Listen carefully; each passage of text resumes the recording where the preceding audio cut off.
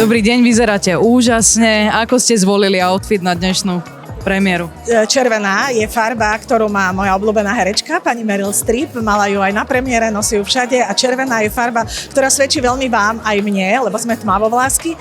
Kostýmom nič nepokazíme a tešila som sa hlavne na film. Ako musím sa priznať, že oblečenie nebolo až takou mojou prioritou, ako to, že nájsť si čas a dobehnúť na čas. Takže sa teším.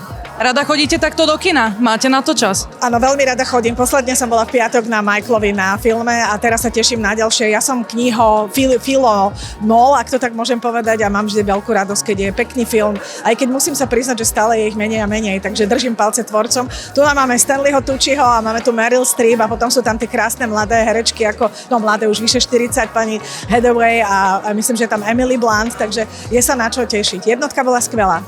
Páčila sa vám? Ktorá taká scéna vám tak najviac utkvela pamäti? Pamätáte si? Pamätať si pamätám, lebo som to videla viackrát, ale ja nehodnotím filmy asi podľa toho, že aká scéna, jednoducho, či ma to zaujíma alebo nie.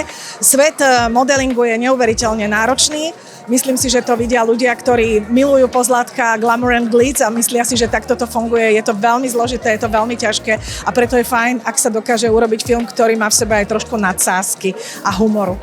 Film je ikonický tou módou. Čo pre vás znamená taký ten power dressing a tá móda? Musím sa priznať, že ja nie som nejaký veľký ani odborník a už vôbec nie fanúšik módy, pretože už mám vyše 60 a zistujem, že to, čo som nosila pred 20, respektíve 30 rokmi, stačilo odložiť a teraz si vybrať. Móda je určite veľmi dôležitá, je veľmi kreatívna, ovplyvňuje krásu, vyvoláva v ľuďoch emóciu, ale ja nie som natoľko, by som povedala, upriamená iba na módu, beriem ju ako jednu časť z môjho života a ja si myslím, že je to v tom, že je to pre mňa, ako by som povedala, prirodzené ju mať, ale nie som ten najväčší odborník, alebo nezaujímam sa až tak príliš do detailov. A máte vo svojom šatníku možno kúsok, ktorý by schválila aj Miranda?